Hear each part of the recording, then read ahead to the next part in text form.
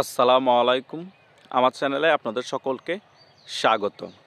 বিগত 2-3 দিন ধরে আমাকে বিভিন্ন স্প্যামিং নাম্বার এবং সোশ্যাল মিডিয়ার মধ্যে হুমকি ধামকি দেওয়া হচ্ছে এবং আমার আইডি এবং ইউটিউব চ্যানেলে অনেক সমস্যা করতেছে কিছু দুষ্কৃতী।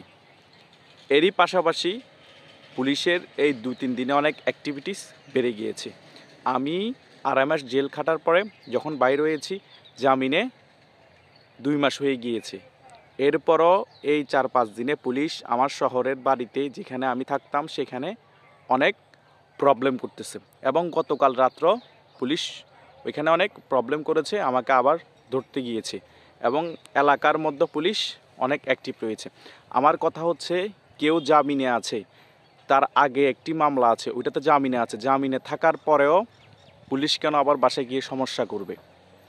কারণ তার নামে নতুন কোনো মামলা নেই, সে রাজনৈতিক একটা মামলায় জামিনে আছে, আবার তাকে নতুন করে ধরে অজ্ঞাত আরেকটি মামলায় তাকে ঢুকিয়ে দেওয়া হবে।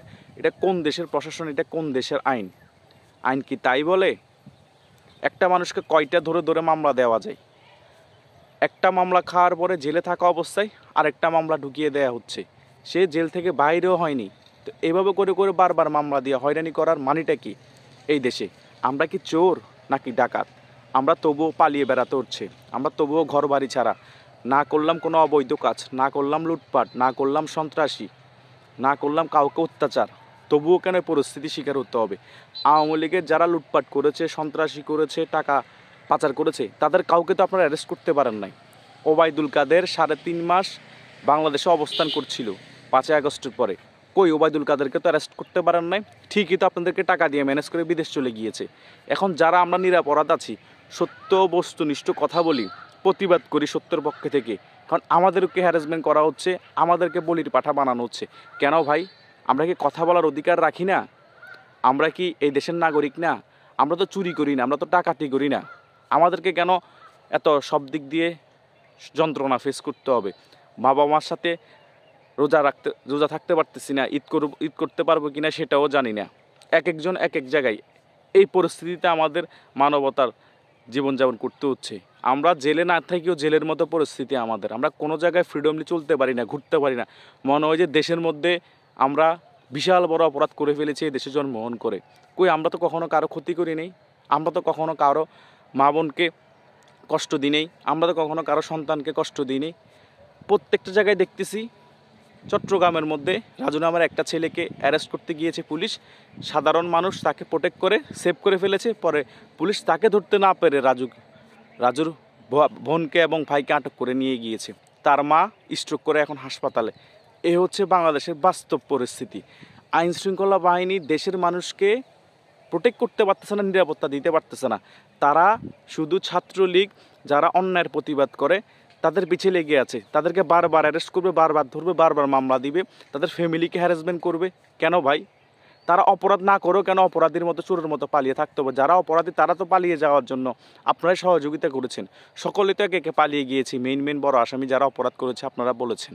তো তাদেরকে গ্রেপ্তার না করে আমাদের মতো সাধারণ পাবলিকদেরকে কেন গ্রেপ্তার করবেন? আমরা তো কারো ক্ষতি করতেছি না, আমরা তো কারো ক্ষতি করিও নাই, চুরি করি নি, ডাকাতি করি নি, লুটপাট করি নি। যারা চুরি ডাকাতি লুটপাট ধর্ষণ করতেছে তাদেরকে কেন এভাবে খুঁজে খুঁজে ধরা হচ্ছে না?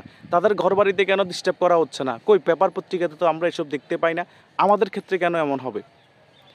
পল্লবী থানার মধ্যে একটা ছেলে গিয়ে ওসিকে ঘুষি মেরে মাথা ফাটিয়ে দেওয়ার অবস্থা, ওসি সহকারীকে ঘুষি মেরে আঙুল ভেঙে দেওয়ার অবস্থা পল্লবী থানার মধ্যে।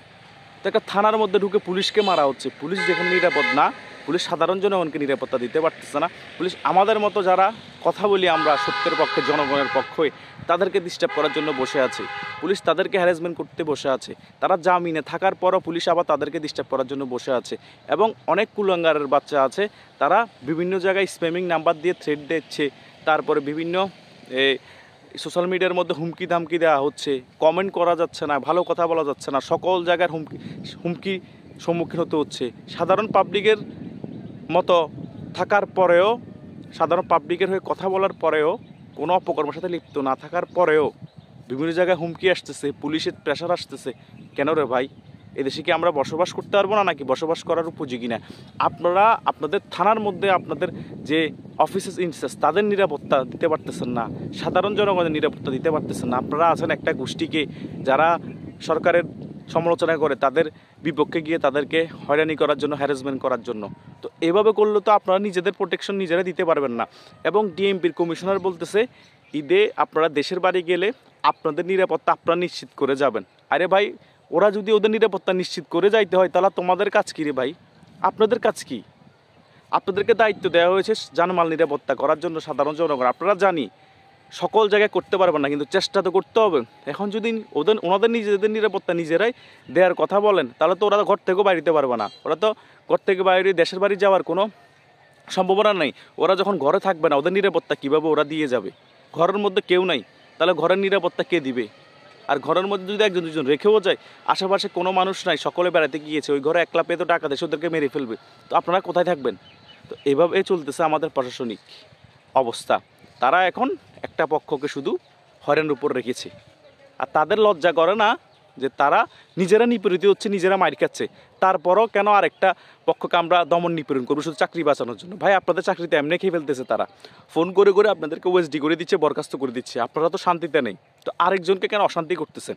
তারা যদি কখনো পরিস্থিতি ভালো হয়, ভালোর দিকে আসে, তখন আপনাদেরকে চিহ্নিত করে করে তো আরও খারাপ অবস্থা করবো। ওরা যা করতেছে তার 10 গুণ করবে।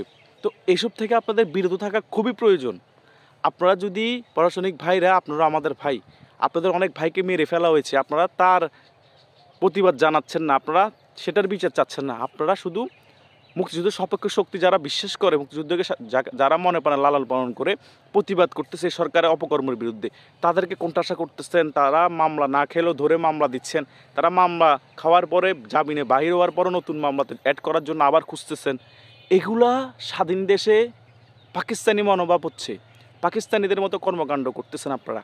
বাবাকে না পেয়ে ছেলেকে ধরে নিয়ে যাচ্ছেন, ছেলেকে না পেয়ে ভাইকে বোনকে ধরে নিয়ে যাচ্ছেন, স্বামীকে না পেয়ে স্ত্রীকে থানায় ধরে নিয়ে যাচ্ছেন। এটা কোন যুগের বর্বরতা?